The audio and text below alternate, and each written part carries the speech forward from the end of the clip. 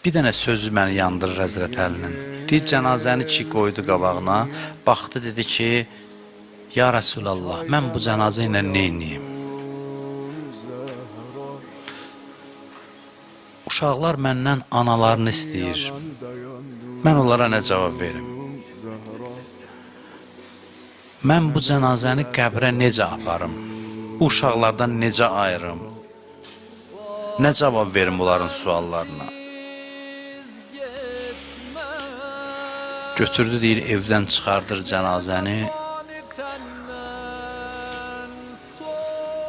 Küçədə deyir, Zeynəb, balaca idi Zeynəb. Qaça-qaça gəldi, ağlaya-ağlaya deyir, zülmət gecə, ana gedirsən hansı mənzilə?